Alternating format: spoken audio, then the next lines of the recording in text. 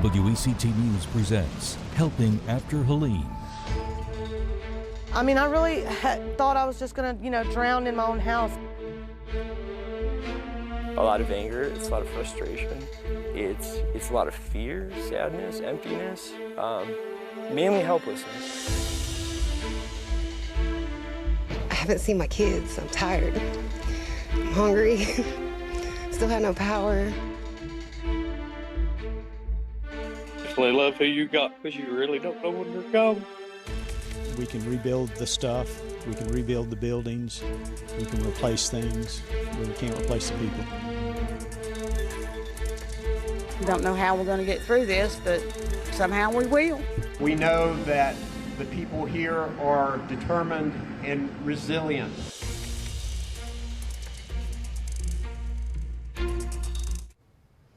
Hello, everyone. Thanks for joining us for this WECT special, Helping After Helene. I'm Frances Weller. Over the next 30 minutes, we will hear from people who have lost everything, some still searching for missing loved ones, and first responders and volunteers on the ground right now.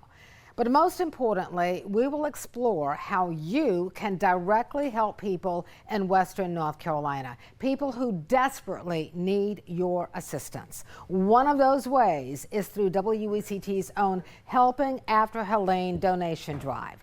We have teamed up with the American Red Cross to ensure you can safely donate and help our neighbors in the mountains.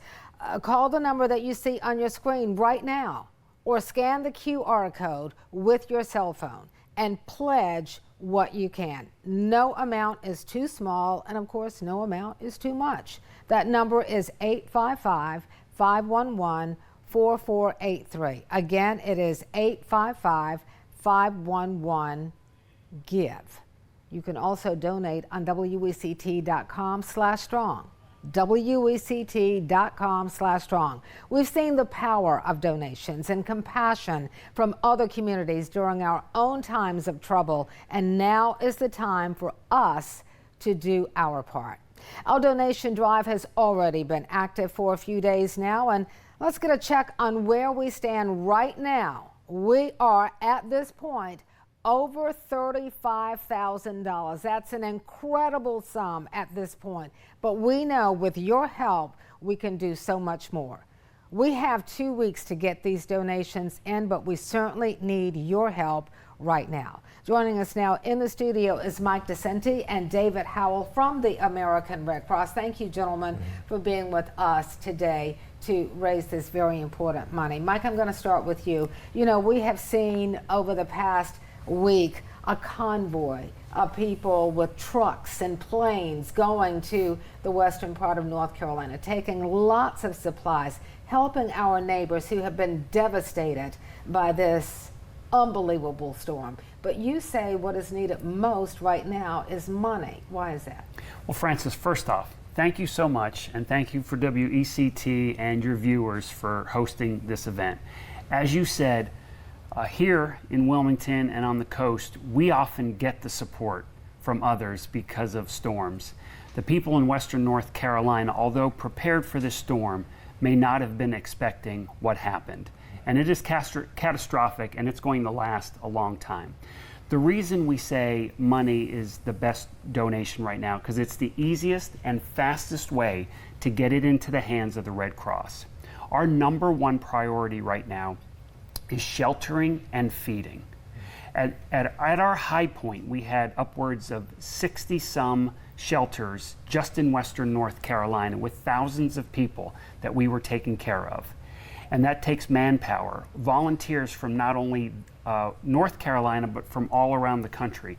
We have 150 North Carolina volunteers working in Western Carolina, and another 700 from around the country. What you spoke to earlier, the Red Cross bringing people in to help the neighborhood that's been affected. So we have to get these people here, we have to set up these shelters, and then feeding is a big priority. Not only have we been feeding at the shelters, but now that we got the okay from local emergency management officials, we're able to go into those harder hit neighborhoods and start delivering hot meals. All right. Let me ask you this, David. The Red Cross, needless to say, is first on the scene and will be there for the duration. I also want to say this because there are folks who are questioning whether or not you're going to leave the western part of North Carolina and head to Florida because now we're looking at Hurricane Milton. The answer to that, I'm hearing, is no. What I want to ask you, though, David, is folks out there want to know that the money they're donating right now will help the folks impacted by Helene. That's a fantastic question, and again, thank you for having us here. The answer is yes. All the funds that are associated with this telethon that y'all are putting on for the benefit of so many are fund coded. This is internal speak for Hurricane Helene. So all the funds that are raised here are going to go to help those who are impacted by Hurricane Helene. So our neighbors in Western North Carolina are going to receive help from this telethon. I think I told you earlier, the last time I was here was right after Hurricane Florence. That's right. And just a quick note to say that everybody who gives to this telethon is helping a vast amount of people who really need help, and they need it now. And like you said, we are not leaving Western North Carolina anytime soon. All right.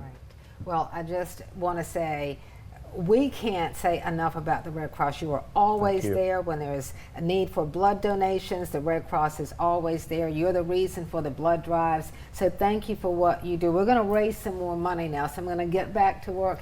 Thank you both for being here. Yeah. All right? Thank you, Francis. Thank you. Thanks. All right, while the Red Cross and volunteer groups from around the country lend a helping hand, we're also hearing from first responders in southeastern North Carolina who made the journey to the western part of the state.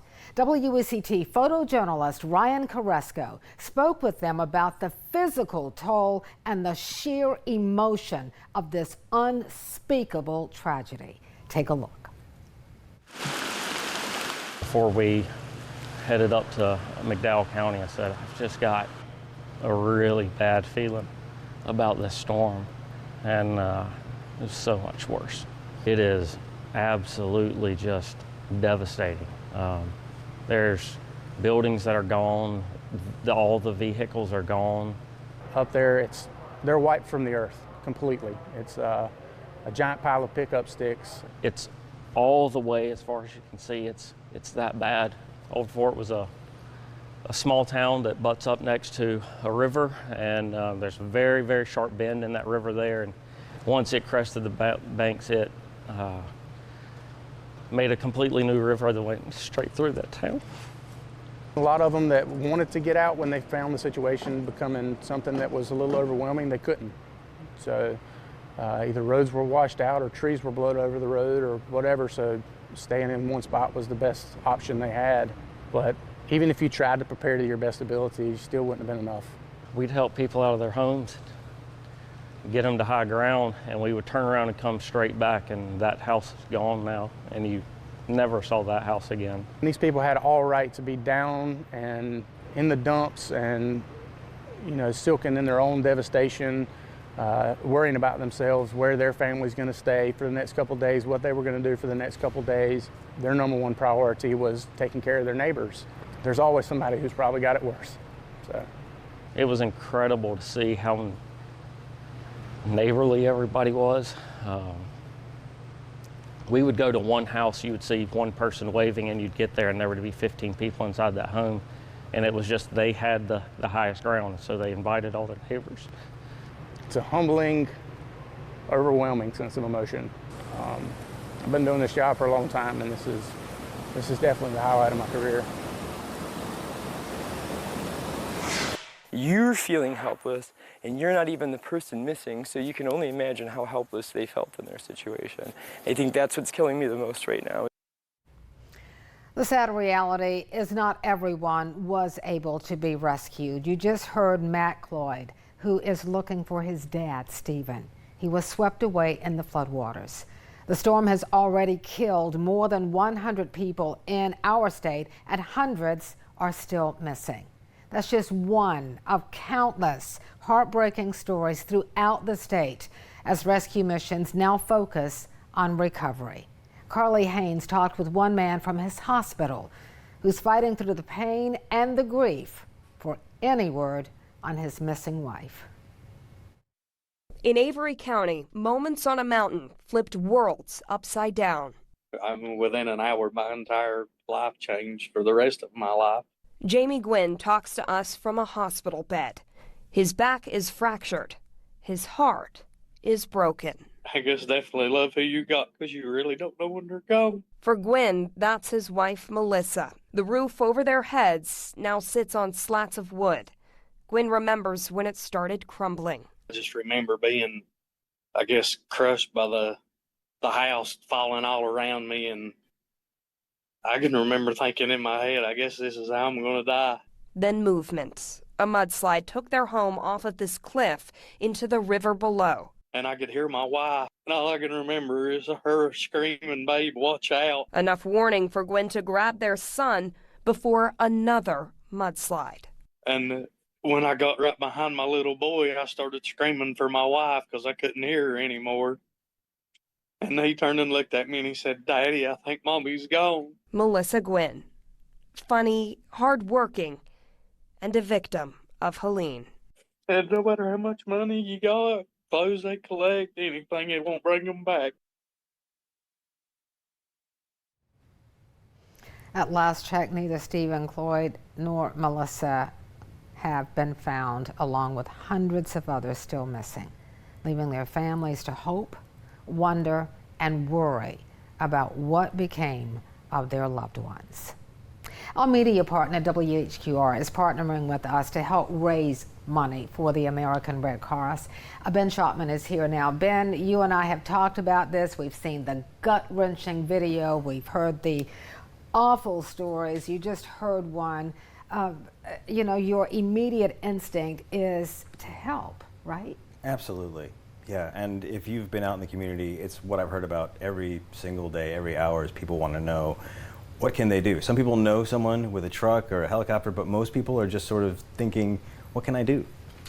And so, you know, I put on Facebook, what can I do? What do you all want to do? And I'll be honest, it was Ben's idea to do a telethon type broadcast, and that's why we're here. What message do you have for our viewers as well as your listeners at WHQR?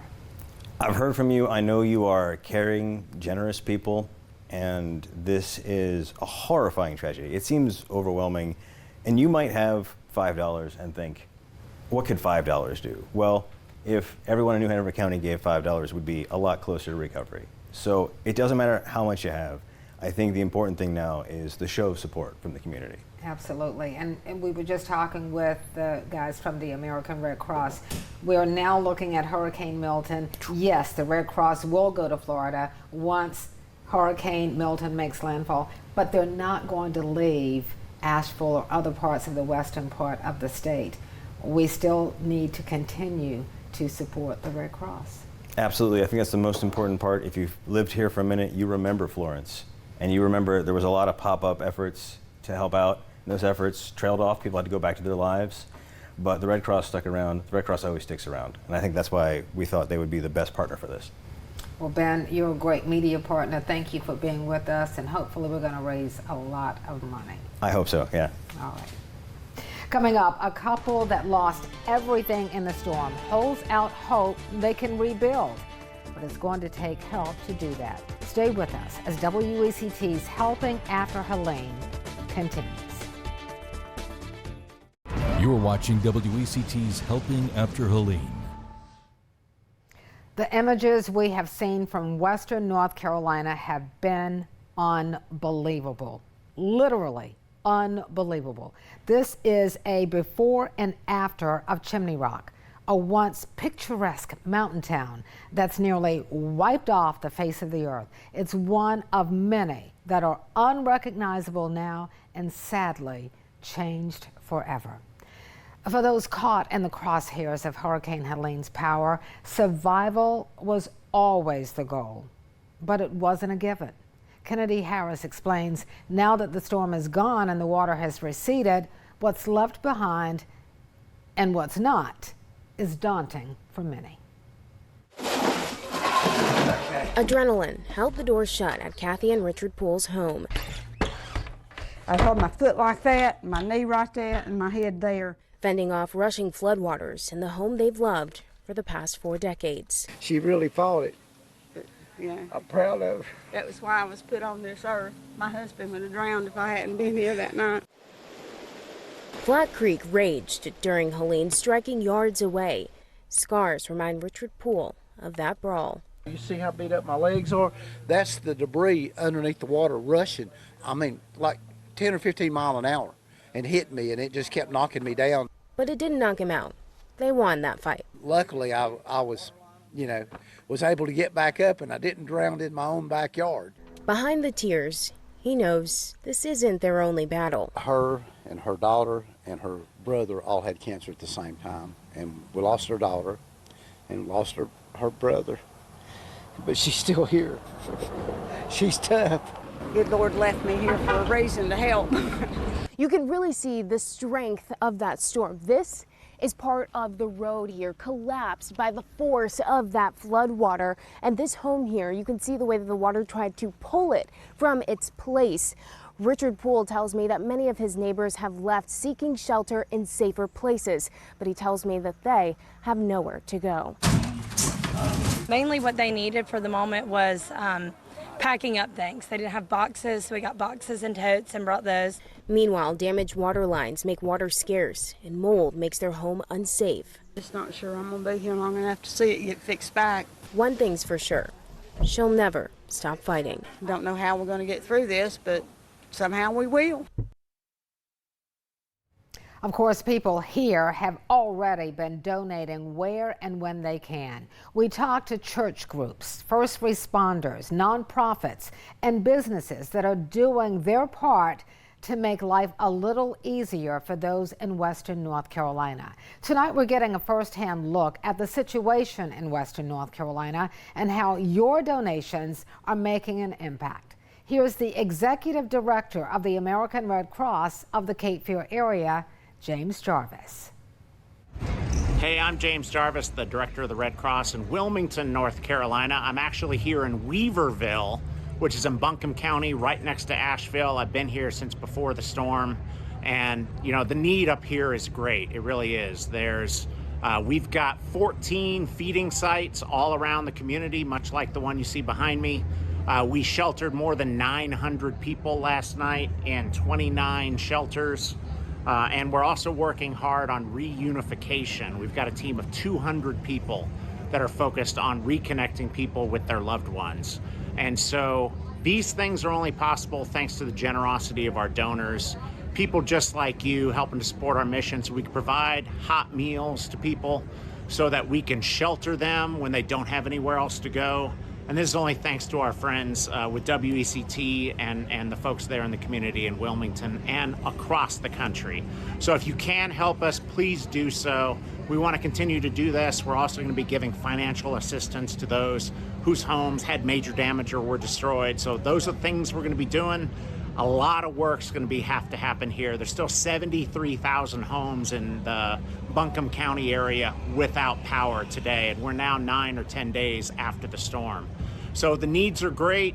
This community really needs help, and so if you can help us, please do. Thank you so much. Ahead, a major donation coming into our studio. We'll find out why giving big to the American Red Cross was so easy. You're watching WECT's Helping After Helene. We have already seen people donate what they can to WECT's Helping After Helene drive, though no donations have been larger than what we received from Encino in Wilmington. Joining us now is Cal Metzger-G of Encino. He is the philanthropist specialist, meaning if you're going to ask Encino for money, you're going to have to go through this guy. You all get asked a lot. Encino, undoubtedly one of the biggest givers in the community. Clearly, you have to say no at times, but you say this was an easy yes. Why is that? Yeah, so with being headquartered here in Wilmington, North Carolina, we're obviously no stranger to hurricane devastation. So when we started to hear about the devastation that our Western friends had experienced from Hurricane Helene, it was an obvious yes to us that we wanted to support it. A lot of our Encinoites actually jumped in and started doing independent fundraisers. They actually gathered some goods and resources that they could deliver to Western North Carolina, as well as just finding volunteer opportunities to have a more active involvement in that support. About a week before Hurricane Helene had hit the western part of the state, the Red Cross was actually on our campus, and one of the topics of discussion was emergency disaster relief. And in parting, they had asked us if we would be willing to answer a call in time of dire need if they needed it. And so that was an obvious yes for us. As a global company, we have several employees and customers that were in the path of Hurricane Helene. And so it's a big part for us to actually step up and offer our support in this time of need. One of our core values is do the right thing, and to us, this is the right thing all the time. And now for the moment we've been waiting for, the check presentation from Encino in the amount of, look at this, $20,000. Kyle, explain this. Yeah, so Encino is very eager to offer $10,000 to support, in addition to the generosity of our CEO, Pierre Nade, matching that at an additional $10,000 for a total contribution of $20,000. In addition to all of that, we're still going to support our employees in ways that they can find to stay active in the support efforts to our neighbors in Western North Carolina. All right. Well, on behalf of our neighbors in Western North Carolina, the American Red Cross, and WECT, thank you to Encino and Pierre Nade. Thank you. Again, here is what you need to make a donation tonight. Call the number on your screen or scan the QR code on your screen. The number to call is 855-511-4483. Again, that is 855-511-4483. 4483, by the way, is give. You can also donate to wect.com/strong. All right, let's take a final look at where we stand with donations. Drum roll, please. We are getting close to $40,000 in donations, and that's just with online donations. That number will absolutely go up when donations from callers are added in. These are just numbers from what we have online. Remember, you can donate here over the next 2 weeks, and we will keep you posted on where the overall donation amount stands. We certainly appreciate you joining us for this very special edition of WECT News at 5, Helping After Helene. A special thank you to all of our donors. Thank you for your support. Again, this will go on for the next 2 weeks. You can ask your family and your friends to give. Remember, the Red Cross is always there, first on the scene and the last to leave. We're going to leave you with another look at those donation totals. Thank you.